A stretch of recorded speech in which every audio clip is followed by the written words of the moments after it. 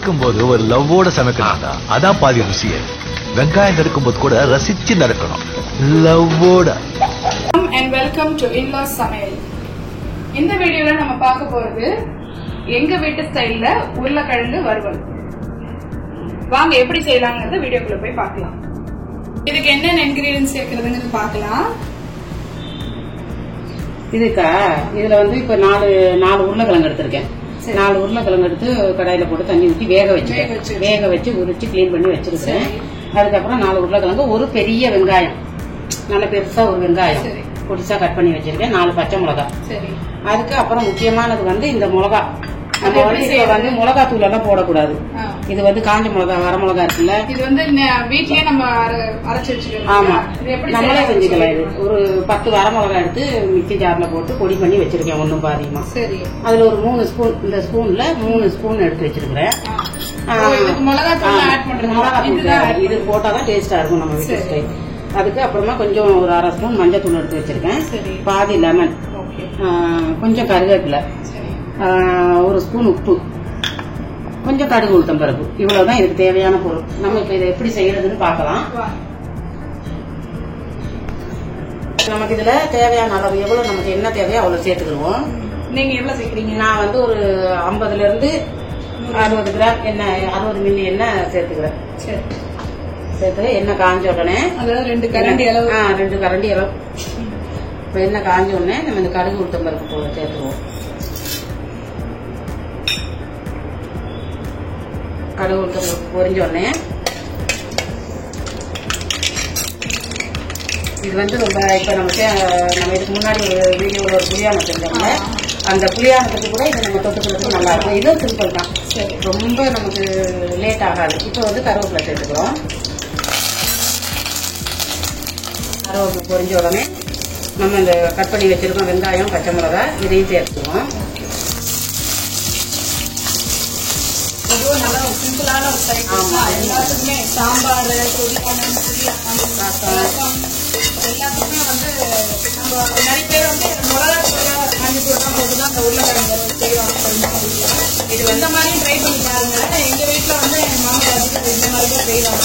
மிளகாய அரைச்சி வச்சு அதை தான் மிளகா தூள் மாதிரி யூஸ் பண்ணுவாங்க. அது ஒரு டேஸ்ட் நல்லா இருக்கும். கொஞ்சம் நல்லா வதங்கட்டும். வதங்கணும்னா நம்ம இன்னொரு வாட்டி நல்லா கிண்டி விட்டுருவோம். நல்லா வதங்கி வந்துருக்காரு.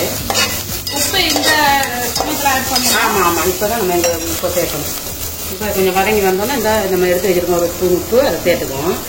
தேவைன்னா நம்ம அப்புறம் கூட சேர்த்துக்கலாம். நமக்கு பத்தலைன்னா உப்பையும் போட்டு நல்லா கிளறி வச்சுக்குவோம். வதங்கி வந்துச்சு. இதே மாதிரி இந்த வெங்காயம் இப்படிதான் வெட்டணும்னு அவசியம் இல்லை. நம்ம நீல வாக்கில் கூட வெட்டினாலும் பார்க்கறதுக்கு அழகா இருக்கும். நான் பொடிசா வெட்டி செய்யணும்னு எங்க வீட்டுல வந்து குழந்தைங்க எல்லாம் இருக்கிறதுனால உருளைக்கிழங்கு கொஞ்சம் நீட்டா பெருசா வெங்காயம் கடிப்பட்டா சுத்தமா சாப்பிட மாட்டாங்க. பொடிசா இருந்தா அந்த வெங்காயம் போறது தெரியாது அவங்களுக்கு. அதனாலதான் பொடிசா கட் பண்ணி செய்யுது. உங்களுக்கு வெங்காயம் அதிகம் பிடிக்கிற ஆளா இருந்தா நீட்டா கூட கட் பண்ணி சாப்பிடலாம். அப்ப அந்த வெங்காயம் டேஸ்ட் தனியா தெரியும் உங்களுக்கு. இப்ப இந்த வெங்காயம் வதங்கிடுச்சு எல்லாமே. நம்ம இந்த உருளைக்கிழங்கை சேர்த்துக்குவோம். உருளைக்கிழங்கை சேர்த்துக்குவோம்.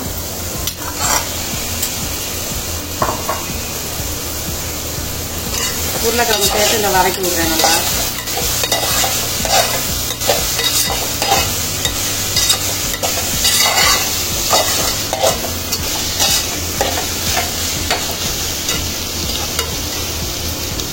இப்போ நம்ம இன்னொரு வாட்டி கிளறி விட்டுக்குவோம். நல்லா மிக்ஸ் பண்ணி விட்டுட்டு ஆல்ரெடி இந்த உருளைக்கிழங்கு வேக வச்சு வச்சதுனால சீக்கிரமா வெந்துடும். இப்போ நம்ம இந்த மிளகா பொடியை சேர்த்துக்குவோம். அதில் இப்போ நான் அதில் 3 ஸ்பூன் வச்சு வச்சுட்டு அதை சேர்த்துக்குவோம்.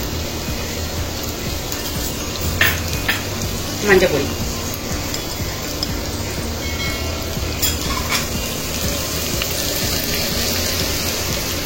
இப்போ நல்லா மிக்ஸ் பண்ணி வச்சுக்கோங்க.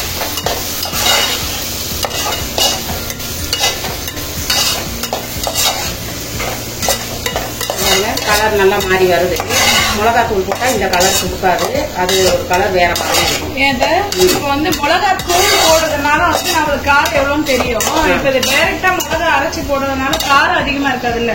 இருக்காது. நமக்கு எவ்வளவு காரம் இப்ப நம்ம நல்லா உரப்பு சாப்பிடுறதுனால நான் 3 ஸ்பூன் சேர்த்திருக்கேன். நல்ல காரம் சாப்பிடுறவங்க இருந்தா இதே அளவு சேர்த்துக்கலாம். காரம் கொஞ்சம் கம்மியா வேணும்னா இப்ப அவங்க போட்டதை விட கொஞ்சம் ஒரு கம்மி 2 ஸ்பூன் சேர்த்துக்கலாம். காரம் கம்மியா உள்ளவங்க வந்து 2 ஸ்பூன், இதுவே கரெக்டா இருக்கும். ஏன்னா மிளகா டைரக்டா அரைச்சு போடுறதுனால கொஞ்சம் உரப்பா இருக்கும்ல, அதனால. இப்போ நம்ம என்ன பண்றோம், இதுல இந்த பாதி லெமன் லைட்டா கொஞ்சம் விட்டுருக்கோம், ஒரு டேஸ்ட்டுக்கு தான் இது. அவ்வளவுதான். நம்ம இதெல்லாம் கலரி வைப்போம். நல்லா கலர்ஃபுல்லா இருக்கும், டேஸ்டாகவும் இருக்கும். இதுக்கு அப்படியே கொஞ்ச நேரம் அப்படியே அடுப்பு ஃபாஸ்டா வைக்காம கொஞ்சம் சிம்மில் வைக்கணும். ஆமா, அந்த மிளகாத்தூள் வாடை எல்லாம் போறதுக்காக கொஞ்சம் சிம்மில் வைக்கணும். இது எவ்வளவு நேரம் புரிஞ்ச போதும்? ஒரு 5 நிமிஷம், இன்னொரு 5 நிமிஷம் இருந்தா போதும். இப்போ உருளைக்கிழங்கு வறுவல் ரெடி ஆயிடுச்சுங்க. பாருங்க, சூப்பரான சுவையான ஒரு நல்ல ஒரு டேஸ்டியான உருளைக்கிழங்கு வறுவல் ரெடி. ஓகே, உருளைக்கிழங்கு வறுவல் ரெடி ஆயாச்சு. இது எங்க வீட்டு ஸ்டைல்ல எங்க மாமியார் உருளைக்கிழங்கு இப்படிதான் செய்வாங்க. நீங்களும் கண்டிப்பா இந்த டிஷ்ஷை வீட்டுல ட்ரை பண்ணி பாருங்க. ட்ரை பண்ணிட்டு எப்படி இருந்ததுன்னு கமெண்ட் செக்ஷன்ல சொல்லுங்க.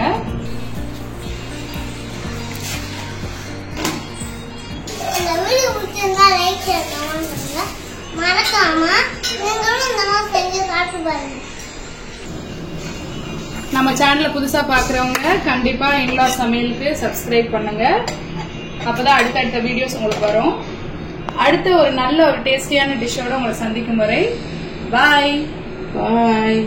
சமைக்கும் போது ஒரு லவ்வோட சமைக்கணும்டா, அதான் பாதி ருசியே. வெங்காயம் நறுக்கும் போது கூட ரசிச்சு நறுக்கணும், லவ்வோட.